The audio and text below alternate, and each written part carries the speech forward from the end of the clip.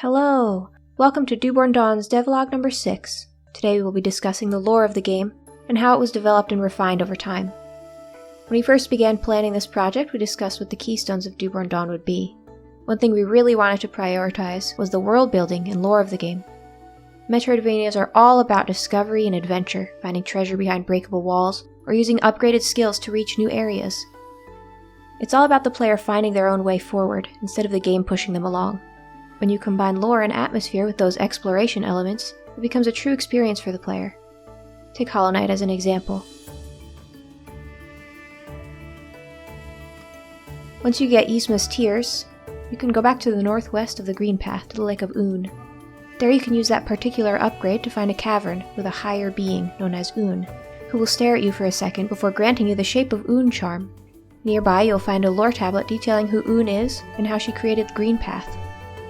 The developers could have just placed the charm in some generic room, but instead they have you meet Un and learn more about the history of Green Path and its inhabitants. This makes the world appear natural, alive, and mysterious. A core element of Metroidvanias involves finding upgrades and then backtracking to attempt to carve out new paths with the use of that upgrade. If the player isn't immersed into the narrative or the lore of the world that they're exploring, backtracking will feel more like a chore instead of an exciting opportunity to piece everything together. That same level of immersion is what we're trying to accomplish with our game. To help talk more about this in the world of Dewborne Dawn, I'll pass it on to Curtis, the director of the project. Hello, my name is Curtis Thompson. I'm the creative director for Dewborne Dawn. Let me introduce you to the world that will hopefully become a second home for you adventurers one day. The game takes place in a region known as the Final Bastion.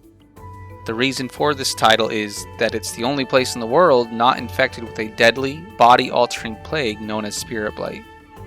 No one knows where this catastrophe came from, but even the gods were caught off guard. It was mutilating and exterminating the world's inhabitants at an alarming rate. These deities attempted to intervene to save the mortal realm, but the Spirit Blight proved too much even for them.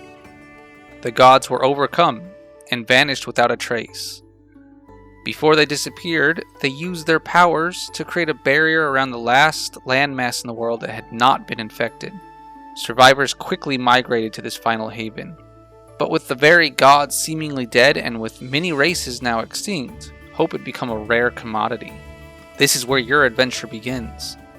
You wake up in the Final Bastion as Dew, a mysterious creature that doesn't seem to belong to any known race.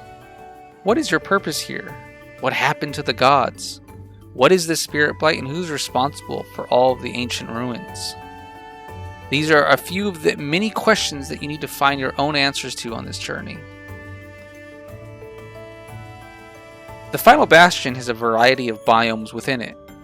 Deep forests with massive trees, caves filled with rivers of magma and magic-infused crystals, snow-capped mountains, and long stretches of desert. During your travels, you'll be able to encounter all of these and see what treasures or traps are hidden within. We will share more on our social media pages as the art develops and is ready for the public eye. One of my favorite aspects of any fantasy world is the cast of characters that are often found within. You can equip or recruit a couple at a time to do signature moves in combat, which then brings them on a short cooldown before they can be summoned back. One special case that I wanted to mention is the character Arcturus. Inspired from characters like Navi from the Zelda series, Arcturus is your sarcasm-fueled guide to this strange world. A member of a mystical cat dragon race, he will always be following closely behind you, and will make sure that he gets the last word in every conversation. Going back to the topic of exploration, I wanted to touch on the specific rewards that you could find for going off the beaten path. There are the standard treasures, such as finding health and stamina upgrades, but there are also other less common finds, like ingredients and recipes, which will bolster your stats in unique ways. You can also find runes that will teach you bits and pieces of the ancient language belonging to those who wandered this land in the distant past. For those that really just want to stay on the road most traveled by, that's fine too. None of this is really mandatory to beat the game, but it does help to make sense of everything. However, I will say those that do go out of their way to truly explore and adventure throughout this world will be rewarded more than they expect. Thank you so much for all the support and patience. Our team is small and creating these assets takes time. We're all very passionate about this project and we're excited to continually share it with you. We're in the process of creating our first official teaser trailer and Kickstarter page, which should be up relatively soon. And then once that is revealed, we plan to create a Steam page for wishlisting as well. If this looks like a game you would enjoy, please look out for that later this year. Once again, from the Dewborne Dawn team, I just want to say thank you and take care.